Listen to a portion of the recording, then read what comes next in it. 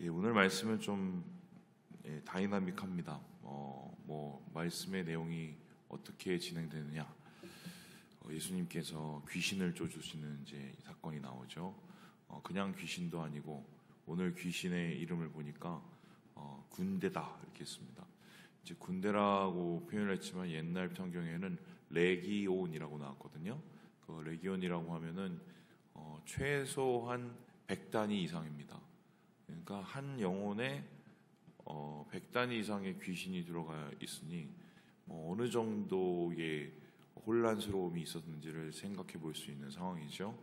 그런데 예수님께서 그 군대 귀신, 군대 마귀를 무찌르시고 그곳에서 하나님의 능력을 나타내시는 되게 이제 다이나믹한 이야기를 할 수 있습니다. 그런데 이 말씀을 그냥 예수님 귀신 쫓아내셨대 이렇게 읽을 수도 있겠지만 잘 들여다보면 여기 세상이 보입니다. 세상이. 이제 무슨 소리냐. 이 세상에 살아가고 있는 여러 존재들이 있죠. 사람이 있고 또 여기 영적인 존재들, 특별히 마귀와 그의 무리들이 있죠. 우선 귀신이라는 것은 다른 게 아니라 사탄의 무리들이죠. 마귀의 무리들, 그리고 또 그곳에 우리 예수님이 오셨습니다. 그렇다면 이 각각에 해당되는 이 존재들은 어떠한 성격을 가지고 있는지 오늘 말씀에 아주 적나라하게 드러나게 됩니다. 자, 그렇다면은 첫 번째로 귀신을 한번 볼까요? 귀신은 어떠한 모습이 있을까? 예, 우리 함께 29절의 말씀을 같이 한번 읽어보도록 하겠습니다. 29절 말씀입니다. 시작. 이는 예수께서 이미 더러운 귀신을 명하사 그 사람에게서 나오라 하셨습니다. 귀신이 가끔 그 사람을 붙잡음으로 그를 쇠사슬과 고랑에 매어 지켰을 때 그 맨 것을 끊고 귀신에게 몰려 광야로 나갔더라. 한때 기독교 중에, 특별히 한국 교회 중에 이런 일파가 있었습니다. 우리의 모든 질병들과 또 우리의 모든 삶의 문제들이 귀신 때문이다라고 규정을 한 일파가 있었어요. 그래서 그 집회를 가보면 어떻게 했냐면 말씀은 그냥 곁다리고 귀신 쫓는 게 이제 메인이었습니다. 그래서 그 강사라는 그 분이 그쪽의 목사가죠. 나와서 이제 사람들을 하나하나 불러 모읍니다. 앞에 나오죠. 그리고 귀신을 쫓습니다. 그러면 막 그 앞에서 자지러지면서 개거품을 불어요.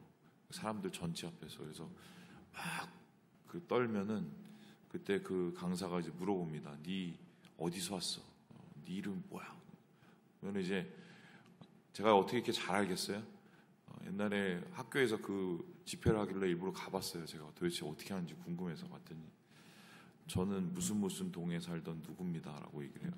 그러면 너 여기 왜 들어왔어? 했더니 너무 춥고 배고파서 들어왔다. 이렇게 막 얘기합니다. 그것만 보면 정말 사람들은 야, 귀신이 우리에게 병도 주고 우리에게 안 좋은 건 다 갖다 주는구나 이렇게 생각할 수 있습니다. 물론 성경을 보면 그런 부분이 없지 않아 있어요. 그런 부분이 분명히 있는데 중요한 것은 귀신이 그런 모든 것을 담당할 만큼 능력이 많다고 생각하면 안 됩니다. 이게 무엇이냐면 그 단체의 문제는 뭐냐면 모든 것을 다 귀신으로 풀어냅니다. 그래서 왜 성격이 저 모양이야? 뭐가 들어갔고요? 귀신이 들어가. 왜 저 집안은 맨날 저 모양이야? 귀신이 들어갔고. 그러면서 어떻게 하면 우리 안에 있는 책임들, 사실은 성격이 저 모양인 걸 우리가 못돼서 그런 거잖아요. 우리가 못된 거에 따지고 들어가 보면 이제 상처도 있을 것이고 아니면 태생이 그럴 수도 있을 것이고 사람마다 편차가 있지 않습니까? 그러니까 우리가 해야 될 부분들이 분명히 있거든요. 그리고 우리가 뭔가 성장하고 변화해야 될 부분이 있는데 그걸 다 누구 탓을 합니까? 귀신 탓을 합니다. 그거는 전혀 성경적이지 않아요. 뿐만 아니라 거기에 보면은 귀신을 어떻게 규정하냐면 그게 참 재밌었었는데 사람의 수명이 있대요. 80이면 80, 70, 80인데 요즘에 워낙 사회가 복잡해서 7, 80을 다 채우고 못 가시는 분들이 있어서 특별히 교통사고로 이렇게 돌아가시면 남은 그 기간 동안 공중에 귀신으로 돌아다닌다는 겁니다. 그래서 그게 와서 소위 말해서 사람들을 괴롭힌다고 이렇게 얘기하고, 말도 안 되는 소리죠. 전혀 성경에 나와 있지도 않은 그런 소리를 하는데, 그러한 교회들이 뭐 연예인들도 엄청 많고요. 예수 땡땡 교회 뭐 이거 다 그런 쪽이고요. 그 다음에 베레아 뭐 다 이런 성낙 이런 거. 흥미로운 건 그 성낙 땡땡 거기 메인 목사죠. 그 사람은 얼마 전에 성폭행으로 들어간 걸로 알고 있습니다. 그러면은 거기 교회의 논리에 따르면 무슨 귀신이 들어간 거예요? 음란 귀신. 이렇게 돼요. 이렇게. 그런데 귀신이라는 존재를 그럼 우습게 봐야 되나? 그런 건 아니죠. 왜냐하면 이제 보통 우리가 생각하는 좀 이렇게 그나마 정통적인 귀신에 대한 생각은 타락한 천사예요. 타락한 천사.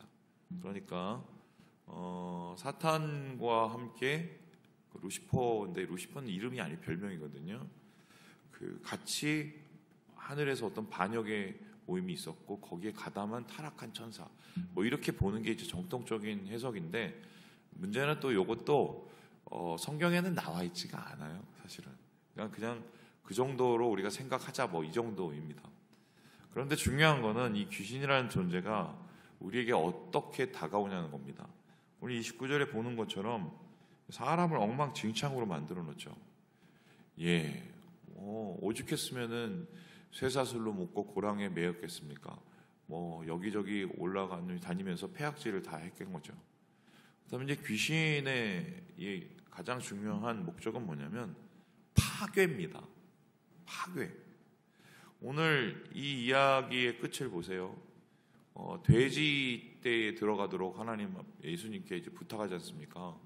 그랬더니 예수님께서 허락을 해주셨죠. 뭐 그 이유가 돼지라는 동물을 부정한 동물로 유대에서는 여기기 때문에 귀신이 부정한 곳으로 들어갈 수 있다라고 아마 예수님 생각하신 것 같아요.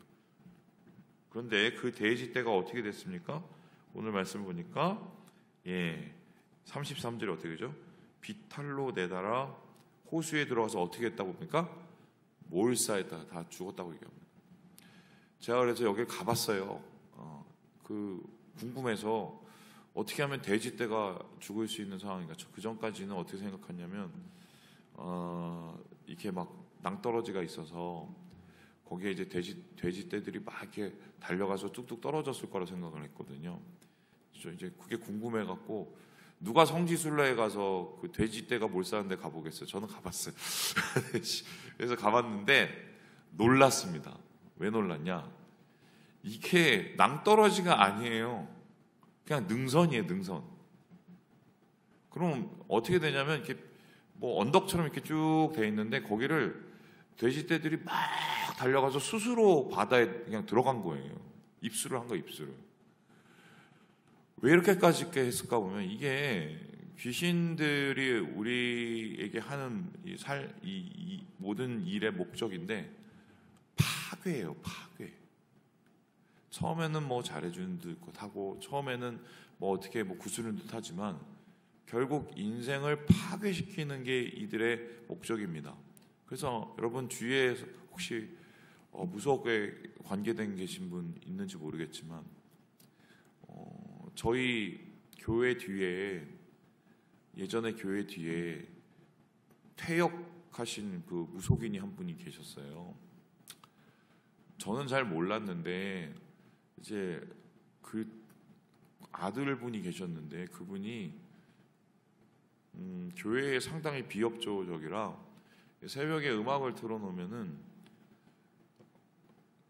진짜 소리를 작게 틀어놔도 잠을 못 자겠다고 하고 막 뛰쳐나와서 소리 지르고 이러셨었어요. 나중에 이게 줄여도 계속 그러니까 이건 뭐가 있겠구나 봤더니 이게 영적인 건데 그 어머니가 이제 그런 분이셨어요. 근데 나중에 이제 제가 그 가정에 대해서 궁금해서 이렇게 알아봤더니 가정이 정말 엉망이더라고요. 엉망.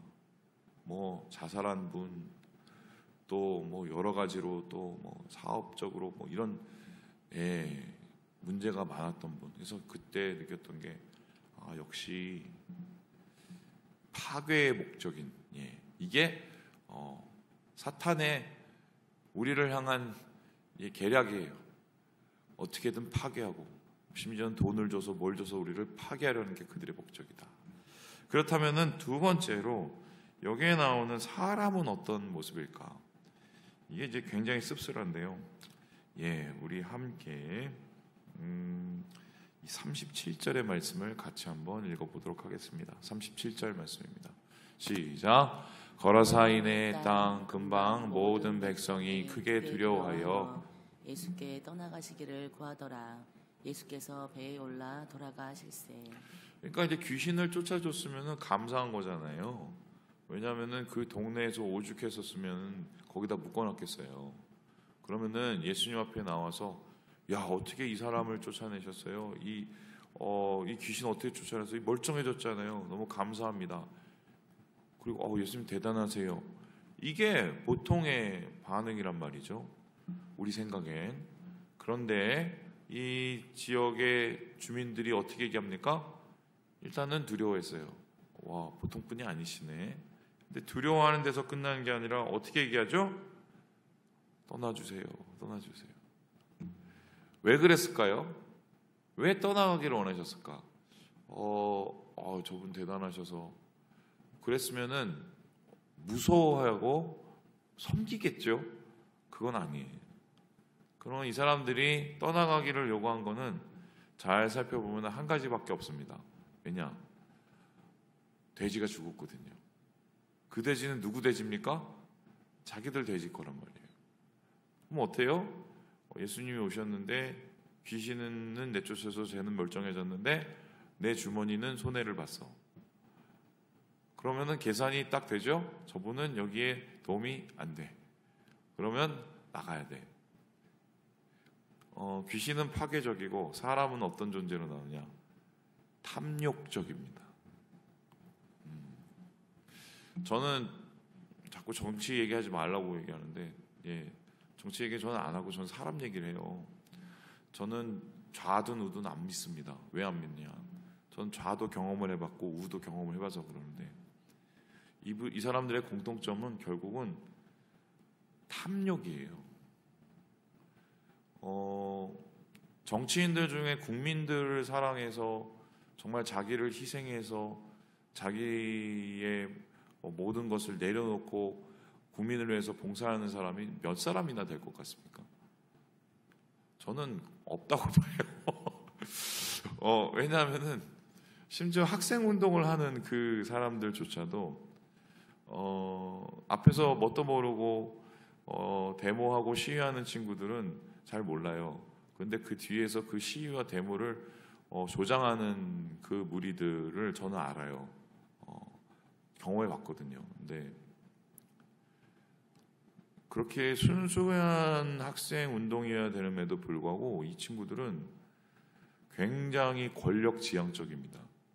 그래서 이슈를 어떻게 만들어서 내가 어떻게 한 자리 해보나 요거 생각만 잔뜩 있습니다. 이게 말이 되는 게 그 당시에 학생 운동을 뒤에서 조장시키고 여러 학생들, 어린 학생들 희생시켰던 우리 학교 그 대의원들이나 아니면은 총학생회 지금 어디 있는 줄 아십니까? 많은 수가 지금 국회에 들어가 있습니다. 국회에서 보좌관 하든지 뭐 하든지. 근데 웃긴 게 여러분 생각에 학생 운동하면은 민주당에 가야 되잖아요. 양당에 다 가 있어요. 제가 그래서 거기서 깨달았어요. 탐욕적인 인간의 이 본성. 총회에서도 이런저런 일이 굉장히 많죠. 이런 소위 말해서 옛날 총회 선거하면 몇십억이 왔다 갔다 하던 시절도 있었어요. 봉투에 넣고 케이크에 넣고 결국 하나님 얘기하지만 그 뒤에 모습을 보면 다 둘 중에 하나예요. 권력 아니면 돈.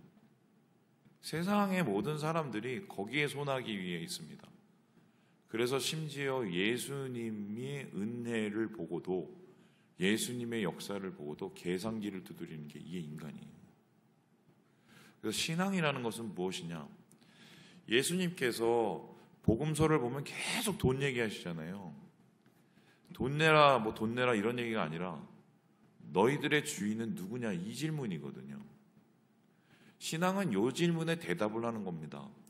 내 인생의 주인은, 내 인생의 목적은 돈이냐 예수냐, 명예냐 예수냐, 권력이나 예수냐. 이 질문에 대답을 하면서 먼저 하나님 나라와 하나님의 의를 구하게 되는 것이 이게 신앙이거든요. 근데 오늘 이 말씀에 보면은 지독하게 탐욕적인 인간의 모습이 어느 정도인지를 다시 한번 보게 됩니다. 그러나 오늘의 말씀이 희망으로 끝나는 게 바로 예수님 때문인데, 예수님은 그러면 이 파괴적이고 탐욕적인 세상 속에서 어떠한 모습으로 나타나셨을까? 오늘 이렇게 얘기했는데 39절을 읽고 마무리를 해보도록 하겠습니다. 시작.